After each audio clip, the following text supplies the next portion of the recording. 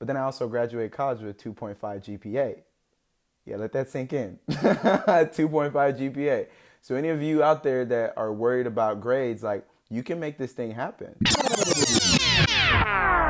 Hey guys, real quick, Dr. Dale here. All right, so I want you guys to do me a favor. Before you start this episode, please hit that pause button and click subscribe or click follow or click like, whatever it is. We work really hard to bring you guys this good information to uplift the entire community, and we really appreciate you guys supporting our efforts and our work. Love you guys. Enjoy the episode.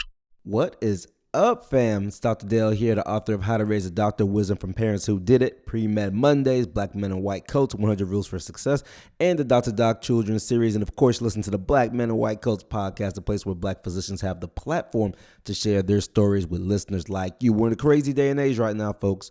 It is a crazy time. A lot of stuff going on in this country, political, racial, health, right? So physical, so much stuff going on. It's a crazy day and age, but guess what? We're going to be okay. We are going to be okay. Man, I've got a super excited episode for you today, man. And I mean exciting. This episode is fun. If I had to describe this episode in one word, I would just say it's fun. I loved hearing the story. I laughed. I related. Just maybe one of the most fun episodes that we've ever had here on the Black Men in White Coats podcast. I'm going to get to it here in a second. But before I do, just, a couple updates for you guys, man. Like I said, it's been a crazy time in the world. And within the world of Black Men in White Coats specifically, we finished our documentary. We have officially finished filming our documentary for Black Men in White Coats. And it's amazing, guys, because it is a climax of what's happening in the world right now. I was talking to a buddy of mine. He described it as a microcosm of everything that's happening in the world. The issue of lack of Black men in the field of medicine, health disparities with COVID, all that stuff, right? Our documentary is the perfect mixture, the perfect soup to bring together kind of everything that is at the forefront of society today. It's touched on by our small documentary. It's all touched on, right? Because if you think about it, everything's going on in the world, at least in America right now, really a lot of it focuses so much on race, education, and health. And that's what Black Men in White Coats is about, race, education, and health. Not even our documentary, but what we do in general. We're about race, education, and health, right? So the documentary has come at a very timely time, a very timely time for all of us. Okay, so we're super excited about that. We've got a few things we got to do before we can get it out to you guys, but it is done. It's coming. So hold on. Be patient. Again, I thank all of you who supported us. You'll be hearing from me very soon, but I appreciate everybody who supported us and got us to the point where we can get this film out. What else is going on? So this past weekend, man, I hope you guys joined. We had over 400 people registered from across the country. We had a phenomenal mentoring lunch. It was amazing. Doctors, students, parents, teachers, it was amazing. Phenomenal time, right? Over 400 people registered for our mentoring lunch. And we had a good time. Great feedback, a lot of fun. We ended up going an hour over because nobody wanted to get off the call. And then finally, it's a virtual mentoring lunch, okay? So finally, I had to just kick everybody off because, it was going too long. The students had a lot of questions. The docs were excited to talk to the students. It was amazing. So, I really appreciate everybody for showing out, but I really appreciate the docs for coming through because I understand everybody's really busy. So I just want to say thank you to all the doctors who came out because, doctors and other healthcare professionals and med students and such, because I know you're busy. So for you to dedicate your time understanding how challenging it is right now for the students to get this guidance, for you to be there and just chat with them, that meant a lot to me, and I know it meant a lot to them. So thank you for doing that. All right, so those are kind of the main things that are going on. Well, a lot more is going on, but I'm going to keep it at that because I'm so excited about this fun episode. So, man, today we've got student Dr. Folarin Adeyemi. Man, I relate to this kid, man. I call him a kid. He's younger than me. He's not a kid. He's a medical student, but I relate to him, man, just because some of the stuff he says. He's Nigerian. I'm Nigerian. And one of the things I remember my parents would always say, and a lot of immigrant parents probably say this, if you ever get in trouble when you're young, right, they always threaten to send you back to their country or your country, whatever you want to call it. My country. I was born in Nigeria. So for me, it'd be my country too. But, if you get in trouble, they always threaten you to send you back. They'll say, keep out, I'm going to send you back to go live with your grandparents or whatever. And I just thought it was hilarious. I don't know if he went back necessarily because he got in trouble. I thought it was hilarious that he actually went to Nigeria and got an education. And what I love so much about it is later on in this fun podcast, you guys will understand what I mean when I say fun. He just has a great way of telling stories, man. It's a breath of fresh air. But I love how he talks about Nigeria in this podcast and the perspective it gave him on education. the perspective he gave him on education was really interesting. I love that. So I relate to him for a variety of reasons, but I'll say, the thing that I got out of this podcast the most is this idea of obviously under the guidance of God. So I believe God lays everybody's paths really, but below that is you create your own journey, right? You create your own journey. And what I mean by that is he talks about how, and I don't want to ruin it for you guys, but he talks about how people are going to tell you so many things. In his case, dealt with football. So people tell you so many things about where your path should be going, right? People tell you what they believe your destiny to be, but at the end of the day, it's your destiny, it's your journey, and you have to choose whether or not how much you listen to those individuals and how hard you go, right? That's one of the main things I got from me. The second one I'll tell you on the backside after you hear the podcast, but it's this whole idea of people are gonna be yapping in your ear. You should do this, you should do that. Yeah, oh no, you don't do this. Oh, you're gonna be great at this, and everybody's got an opinion of your life. I know it's not going to stop. Trust me. I'm still getting it right now with all the stuff that we do. We still get this. Everybody's got an opinion of my life for me. Same as you guys. Everybody's going to have an opinion of your life for you. But first and foremost, God is in charge. So what God lays out is what's to be, right? I'm not saying that I don't believe we have choice. I believe we all have choice, but understand that, God's will come to fruition. That's first and foremost. Now, working within that somehow in a way that I can't explain is you establishing your own journey. You developing your own path within that somehow, right? I can't explain it. I don't understand it. But somehow it's you establishing and developing your own path with the choices you make based on what you believe to be best in your own life. And that is so important. You're going to hear that here in the story. And it's something that I believe we all need to hear no matter where you are on the journey, whether you're a pre-med or whether you're a 70-year-old professor of medicine, right? No matter where you are on the journey, I believe that we all need to hear that. And you guys are going to enjoy this episode. Introducing my guy, student doctor, Folarin Adeyemi.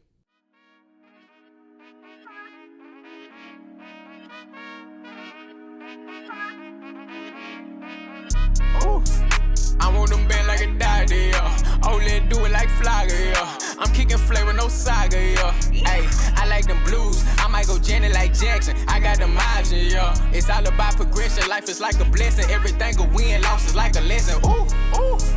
Yeah, ain't no time for stressing. I've been really stepping. Ooh, ooh. Yeah, if you wanna go get it, stop playing around. Really got on Rex, ain't playing around. Wanna go get it, stop playing around. Really got on Rex, ain't playing around. Black man, white coat, shit, we up right now, yeah. You gotta set you a goal. Before I even go in, I just want to come from a place of gratitude to this universe for always putting me in positions where I can continuously fulfill my purpose here on earth, as well as inspire others. I truly thank God for that. And Dr. Dale, I got to thank you a couple of times, honestly. One, for this dope opportunity you've given me to come here and share. And for creating a platform like this where other young black men can come share, see, and hear from other black men in medicine. There aren't a lot of platforms, to my knowledge, where one can get on to see people who look like them in professions they want to be in. So I think this is mad important. I'm deeply humbled to be sitting on the other side of this mic for this specific podcast for many reasons. Black Men White Coats came for me at a good time when I was applying to medical school. Found some of the videos on YouTube. I used to work at UT Southwestern in Dallas as a clinical research coordinator where the summits are held, and I personally had the pleasure of meeting Dr. Dale through one of my mentors who also has an episode on here, Dr. Brian Williams. For somebody who says this is very dear to their heart and only to find out that there's so many of these podcasts that I haven't listened to, I'm like, dang, where have you been, bro? And I've also had the pleasure of communicating with Dr. Antonio Webb, who also has an episode on here. I used to watch his YouTube videos back then as well. So to say I'm deeply humbled, I'm not playing.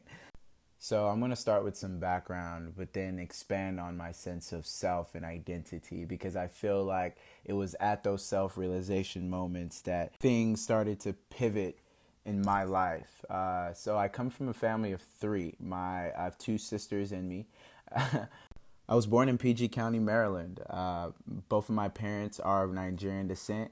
And I think it was at the age of 8 when they decided that they were going to move my siblings and I to Nigeria. And the reasoning was that they wanted us to understand our privilege being born in America, as well as learn the culture that they came from, which in hindsight that I think about it, I'm like, oh yeah, of course that was a good idea, especially with how my life turned out. But at the time, I was like, I mean, why is this going on? You know what I'm saying? So, and I highlight this point because at this time, at that 8 years old, I was going through an identity issue that lasted maybe about 8 of those additional years. Because at the time, I was being made fun of a lot. You know, me having an African name, I was being made fun of by kids being called the African booty scratcher here, there, and that.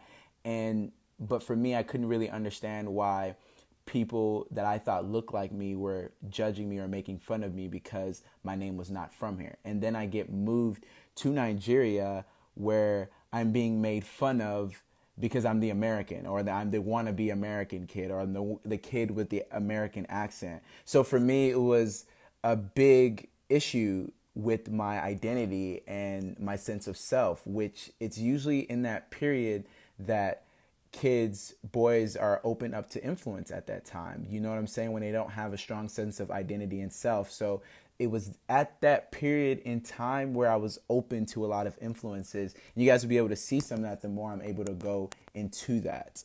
My time in Nigeria really shifted my perspective to a lot of things and allowed me to really be comfortable with being uncomfortable, so to say. You know what I'm saying? Like, I can literally go anywhere, and it really filled into my love for traveling, being able to go explore different places. But anyway, coming back to America, my family moved to Dallas, Texas, and that's where I really had my first encounter of what it was to really be Black in America. And I think that's, once again, around that time that I was really, really influenced. So when I moved back, I was at my uncle's place when I had my first encounter with the police officer. Now, if I go into the details of the story, I'm going to go over podcast time. So I'm going to go ahead and just give y'all the condensed tea.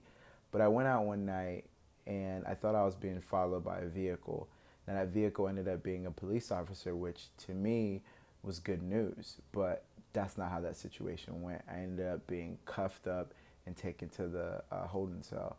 Whenever I was in the face of the prosecutor, and I'll never forget the face of the prosecutor. It was one of the realest conversations I ever had. Like, he broke things down to me and pretty much told me that because of who I was and where I was, 9 times out of 10 I was going to get picked up by a police officer in that area. Now, straight to my face, in front of my mom, is yo, you are a Black man. I'm sure you've heard this before, but you are a Black man. You are a Black man in America. You are a Black man in a predominantly white neighborhood. If there is any issues within that area and police is within that area, you will get picked up. And I had a real self-realization moment, because these are things that my parents have told me. And I know parents have told their sons.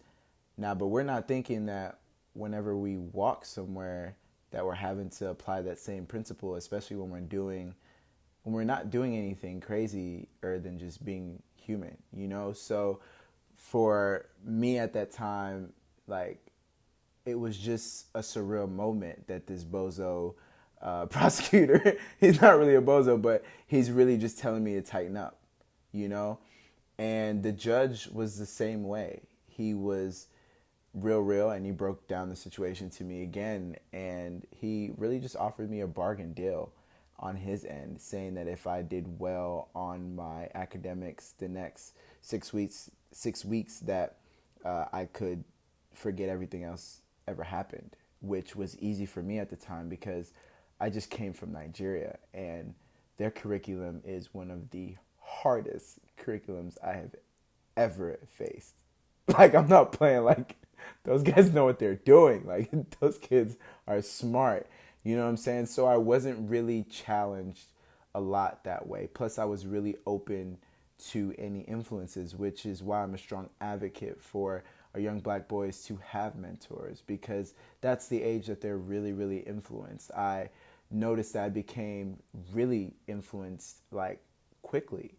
I noticed that all of a sudden I was playing all these sports. Now, I loved all these sports, but every time I reflect back to it, I was really told to play a sport because somebody told me to play it because I was good at it and that's what I should do. And so before you know it, Folarin was going to the league. You know what I'm saying? Like, I was going to the league. Like, by the end of high school, I had it in my mind that I was going to the NFL. You know, I'd heard it a million times in my head, being told by myself and being told by a couple of people. So I went to college and it was not the case. I mean, the college coach that had recruited me to this school had left by the time I got there. So when I got to the school, I had to walk on again.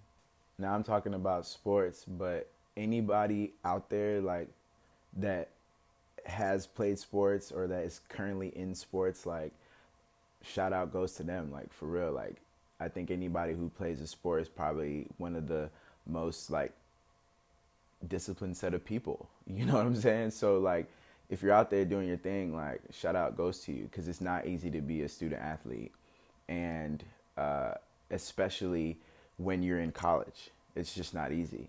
You know, they're demanding so much of you.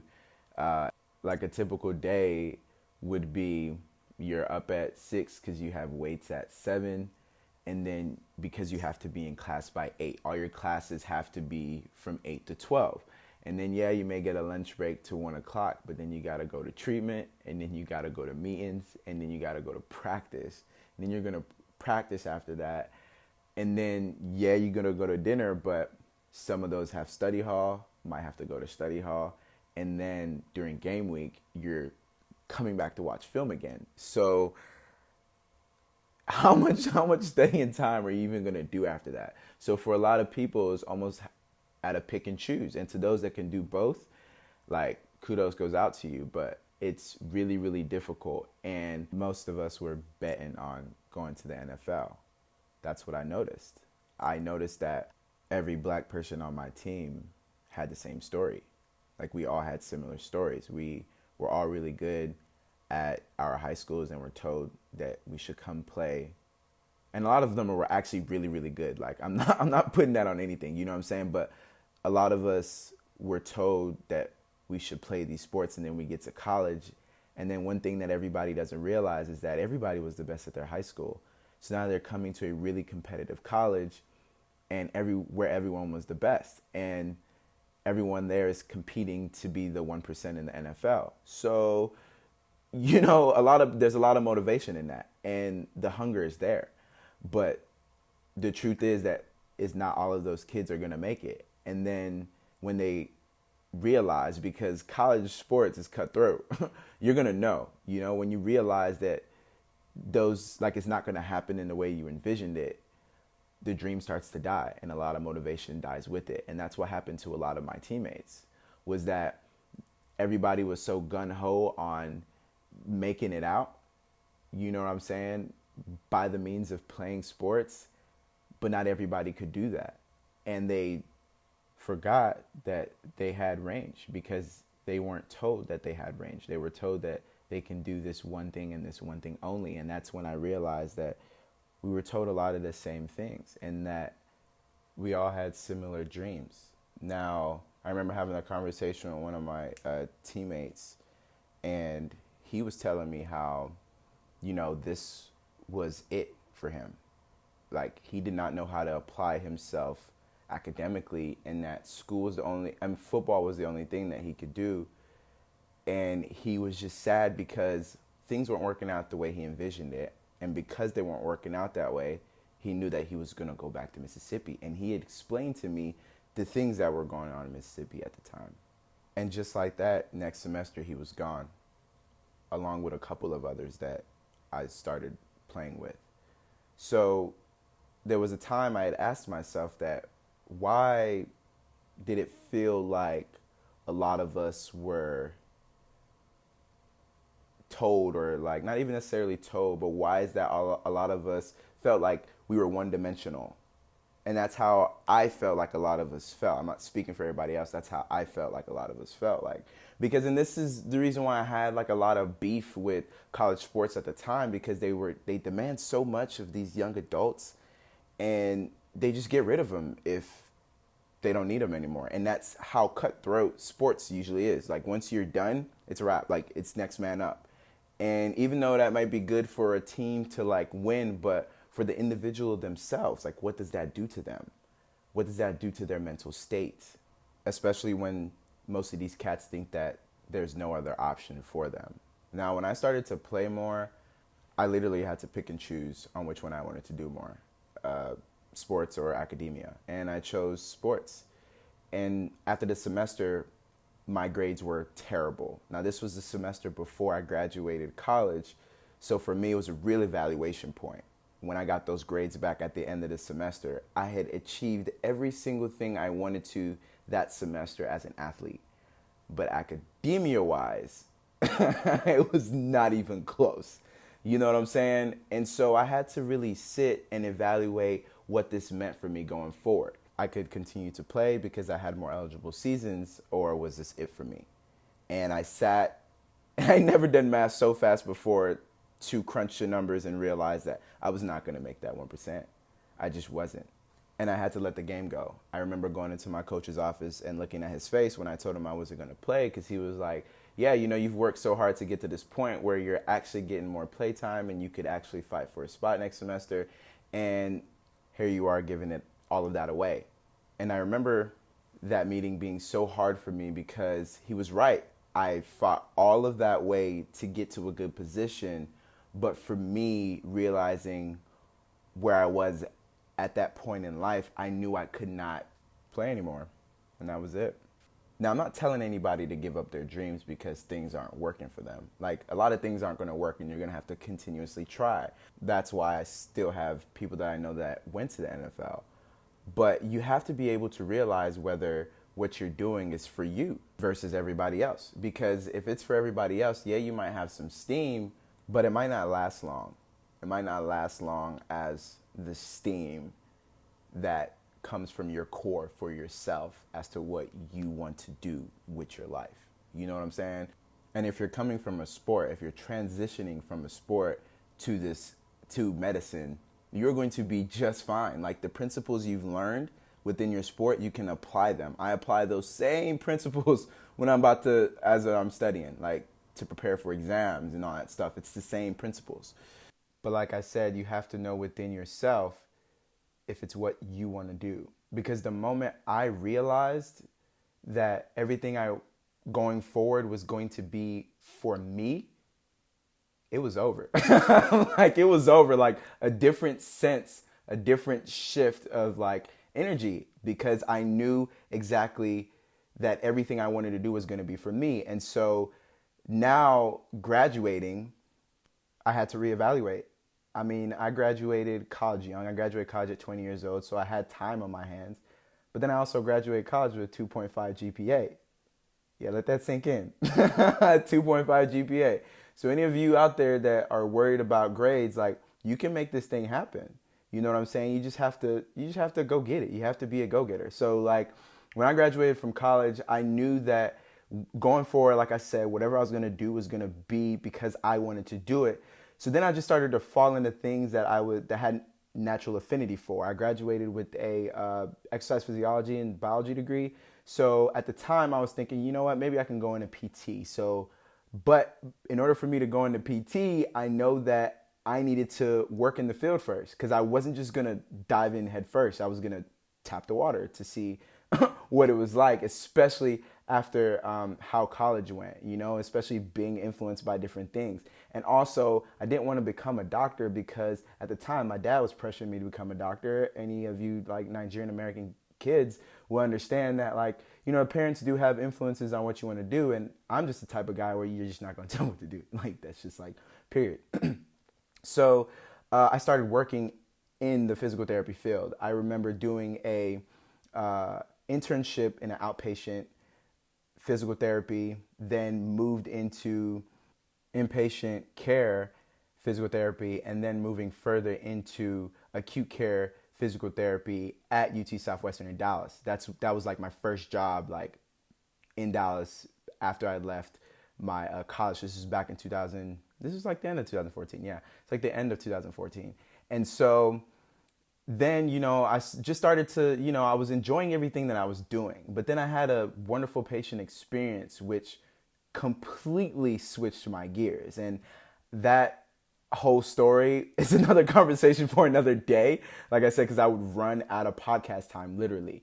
But anyway, it sparked the idea of me possibly becoming a doctor. And when that happened, so many things happened for me. Like, I remember going home, talking to my mom and saying, hey, I'm thinking about becoming a doctor. And she kind of just laughed. And I was like, why are you laughing? Like, woman, why aren't you taking me serious? And her words were, you're my son. I've always known, her brother was a doctor. He passed away. Rest in peace, uncle. And she said that, she was my mom and that she grew up with a doctor and I was kind of similar to him. But she also knew that pushing me was like the wrong thing to do and I needed to figure things out for myself. So then after I decided that I was going to become a doctor, I then was like, okay, before I fully go in, let me really figure out if this medicine stuff is really what I want to do. So then I transitioned to the EMS, became an EMT and was working in that. And that's when I was like, okay, this medicine stuff, this stuff right here, this is where we're going to. But now I had to reevaluate because I had to get my classes up. 2.5 GPA, ain't nobody in this world gonna let me in school. So then I was like, all right, what should I do? So I started to look at these post-bac programs, right? And this was experience within a post-bac program that I would never forget. So I was in touch with this post-bac program, won't name no names, but this post-bac program had told me to do everything. Let me recap. They had said that their program was pretty much for academic enhancement, which was me. They were taking low grade GPAs, putting them through a rigorous program so that they can matriculate into med school. 80% of their program matriculates. I'm thinking, why not? So I'm in touch with this school. They tell me that all I need to do is go and take these classes that I hadn't taken yet. So I go back, I go retake those classes. I'm in touch with them. I do every single thing that they need me to do, including taking the MCAT when I was not ready. Don't do that. Don't do that. I'm just going to throw it out times. I throw it out here. I took the MCAT three times, a whole 3 times. And I don't think I was prepared for nearly as prepared as I should have been for any of them. But the first one, I definitely was not prepared at all because I was under the impression that that person had told me that I just needed to have an MCAT on file. And during the post-bac program, we would take an MCAT again. So I was like, oh, okay, yeah, whatever. I'll just take it. I came back. I did everything that they needed me to do. Then I applied. And after I applied, I got rejected. And when I got rejected, they had told me that in a letter, not even in the letter. So they sent the letter of rejection. And then they sent an email saying that, hey, we would like you to come in so we can discuss how we can better improve your application. So me, who I love constructive criticism, was like, all right, bet, like I'll pull up. So I went to the lady's office. And I sat down, and this is how the conversation went. She said, Folarin, look at your grades, and the mean GPA of people that matriculated into their program was the 3.5. I said, wait. You guys told me that this was an academic enhancement program. I don't know how much academic enhancement you need with a 3.5 GPA. I am sorry. I don't know. If you know out there, you let me know. But for somebody graduated with a 2.5, like I think they need more of an academic enhancement than a 3.5. I think anybody can agree with me. And then I'm like, okay, well, I mean, that kind of sucks. What should I do? And this is what she told me.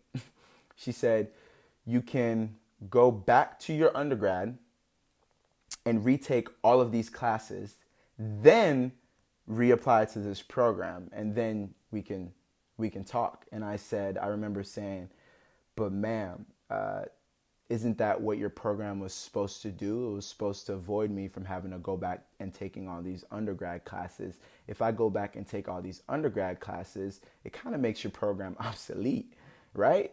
And she just kind of looked at me and was like, there are other professions like research. And I was like, yeah, bye. You feel me? So I left. And after being no that first time, I was like upset, of course, because I had taken the MCAT. People had already told me you don't want to take the MCAT when you're not ready. But I'm like, you know what? I'm about to get into this program. Life's going to be good. And that's not how it was. So then I had to reevaluate again. And that almost took me away from medicine because it was a hard stop. But what ended up happening was I ended up getting a beautiful opportunity to go and do a medical mission in Haiti. And when I went to do that medical mission in Haiti, oh man, it reignited that fire like nothing. I'm talking about like I came back and was like, all right, bro, it's cool. Let's get this work. It's 2017 at this time. I'm like, bro, let's get this work. All you got to do is take all these classes and life's going to be okay and keep on moving forward. So then I had to reevaluate again. What did I need to do? I knew I needed more shadowing hours. I knew I needed more classes plus other medical experiences. So UT Southwestern, beautiful hospital. They allowed me to transition from my PRN physical therapy position to a research position. So then but before I even transferred to that research position, I shadowed Dr. Brian Williams. And it was in shadowing Dr. Brian Williams that he was able to get me a research gig. And that research gig completely changed everything because now I started to really have a true insight of like different branches of medicine. I'm on the truck. I'm able to see what's going on from the 911 aspect. Was working my PRN in physical therapy to see the rehabilitation process. And I'm also doing this research, for surgery at the time, burns trauma surgery at the time. So it was an amazing time for me while I was simultaneously prepping again to get into med school. And this is probably about maybe 2018 at this time.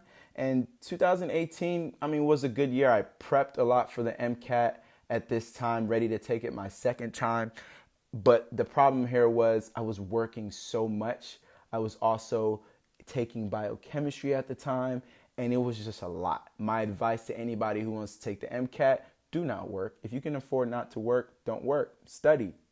You know what I'm saying? But I was doing it all. And for those who are able to do it all, my heart goes out to you guys. You guys are better ones. But I remember prepping so hard for this MCAT. I'm talking about I was taking a practice test every week for 8 weeks. And when the results came back, they were not what I wanted to do. They were not good. They were not good enough to get me in to a school. I'd raised my GPA, but they weren't enough. So then I had a moment where I was like, screw it. Instead of like sulking over it, I'm just going to run it back one more time. Run it back turbo, just run it back one more time. And I did. I ran it back another time and it didn't work. So, but the MCAT wasn't terrible and I decided to apply. Right. And this was fall of 18. Yeah, fall of 18, I decided to reapply to med school. By this point, I had been talking to a lot of physicians. I had gotten good breaks. I'd really just been absorbed in medicine and I loved it and knew this was exactly what I was going to do. And so after I applied this MCAT, not even the MCAT, this process of applying to medical school is a very tedious process. It's like they want your firstborn child with all the questions that they're asking you, like for real.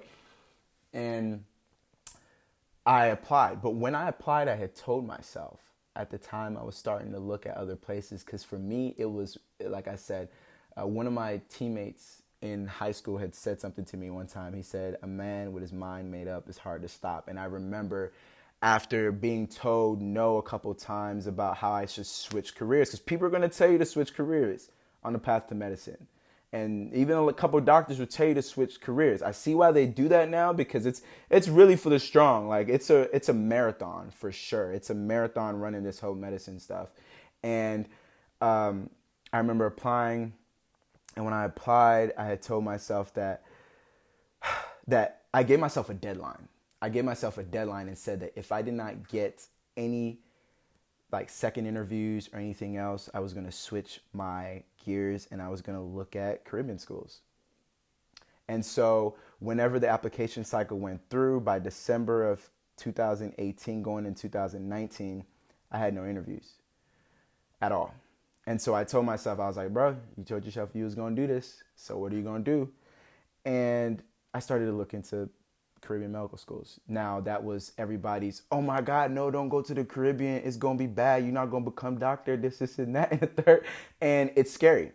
It's a scary process when you think that you have to go to the Caribbean. I mean, not that you have to go to the Caribbean because the place is beautiful, but you have to go internationally because it's harder for you to get a residency per what people tell you.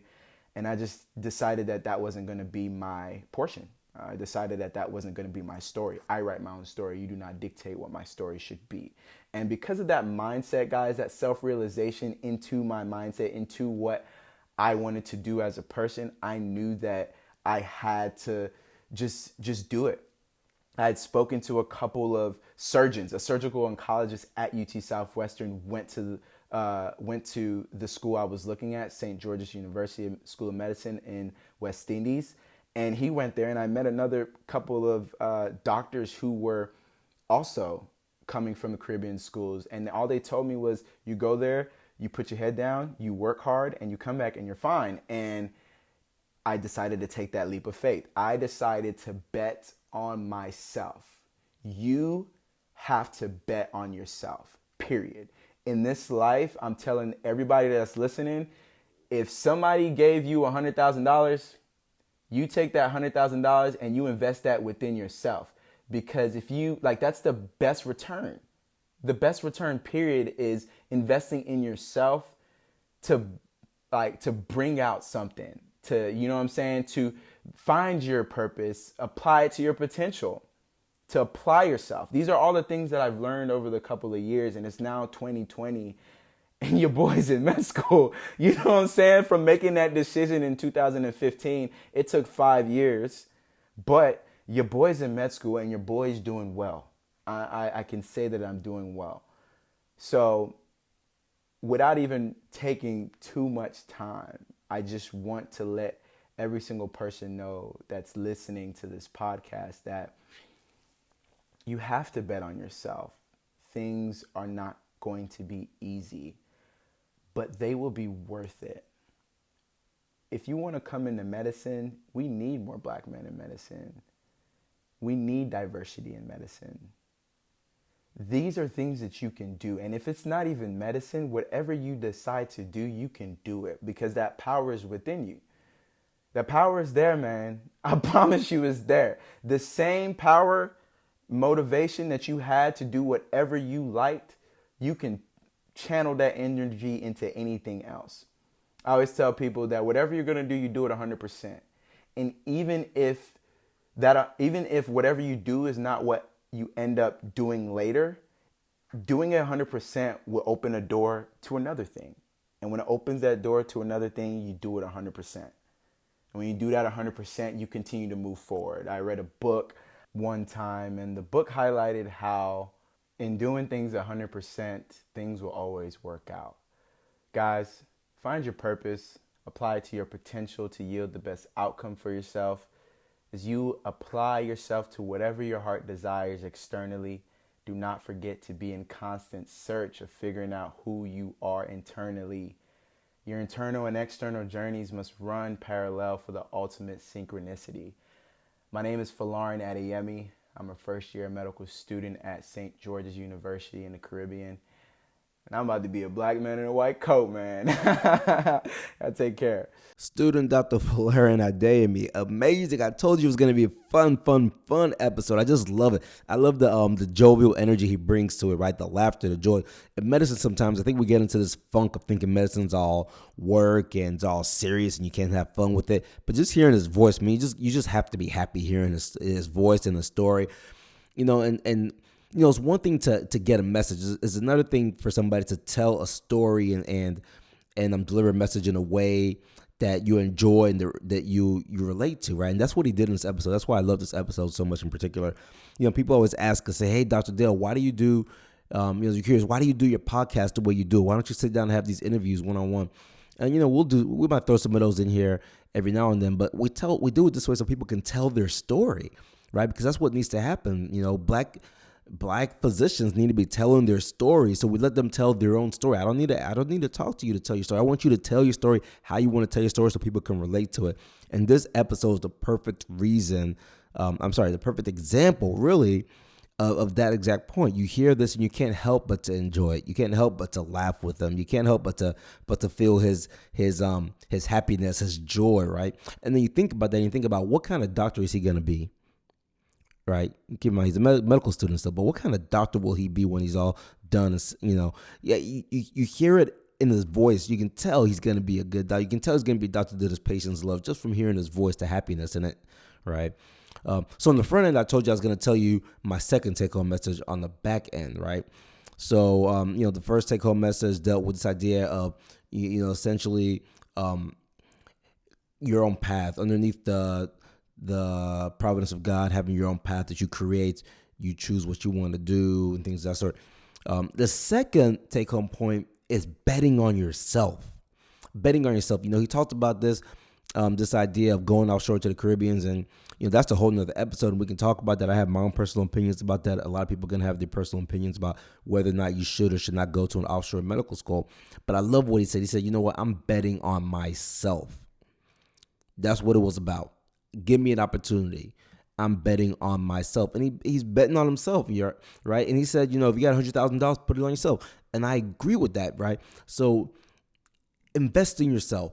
Bet on yourself, right?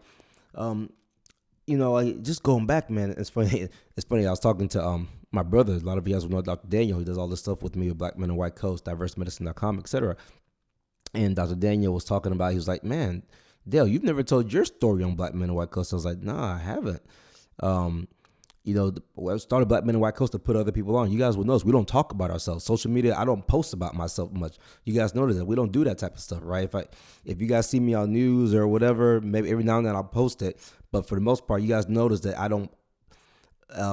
So Dr. Daniel runs our Black Men and White Coast social media. So honestly, I don't even check all that. So I don't know what he posts on that. But for my own accounts, I don't post that type of stuff. So I just don't post about myself. I just can't get into that. Okay.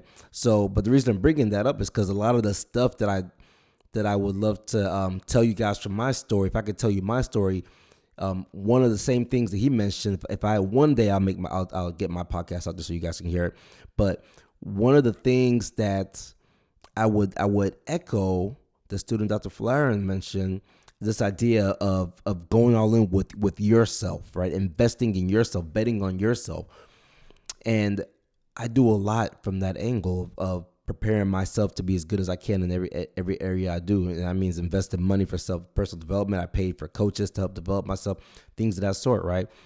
So you've got to better on yourself, man. I love that. That is a take-home message among a take-home message. You guys need to hear that one. You need to hear it. But here's the deal. You have to know how to do it appropriately with guidance. Don't just bet on yourself and be like, oh, I'm good. You got to bet on yourself and know what you're doing. You got to bet on yourself and have mentors and sponsors, people to help you along that journey, okay? But that's just that's a jewel. That's a golden nugget that I believe in so much that, man, I could talk to you guys about that for another 5 hours here on this podcast. I'm not going to do it because you're not trying to hear me, okay? But, one day I'll put up my story and tell, and my own Black Men and White Coast episode and a lot of stuff about me that people just don't know. Because again, I'm probably a pretty personal, private type of guy, by and large. So, but one day I'll put myself up so you guys can hear it, and I'll tell you all the little nuggets out of that. Man, what a fun episode.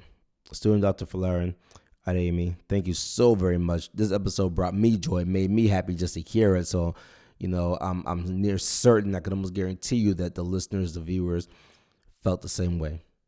Appreciate you doing that. All right, so all the pre-medical students, remember, check out PreMedMondays.com, PreMedMondays.com. We do coaching for pre-meds every Monday evening. Every Monday evening, we're on there with pre-meds in our little group, and we have accountability groups, and we have a whole one-year curriculum, and we make it dirt cheap so nobody can say they can't afford it. We started that because a lot of people were trying to get into these coaching services, and they just couldn't afford it. So we said, put up $10 a month, and you guys can come do this, and we'll be there for you. And the $10 is just to make sure you show up, all right?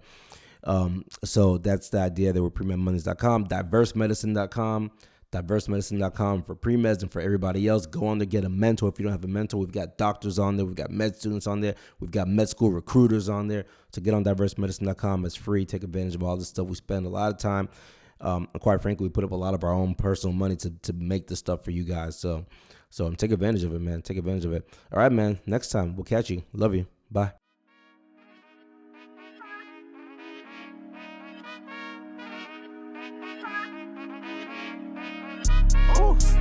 I want them band like a daddy, yeah. Only do it like Flagger, yeah. I'm kicking flavor, no saga, yeah. Hey, I like them blues. I might go Janet like Jackson. I got them options, yeah. It's all about progression. Life is like a blessing. Everything a win, loss is like a lesson. Ooh, ooh.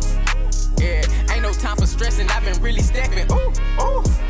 Yeah, if you wanna go get it, stop playing around. Really got on racks, ain't playing around. Wanna go get it, stop playing around. Really got on racks, ain't playing around. Black men, white coat, shit, we up right now, yeah, yeah. You gotta set you a goal.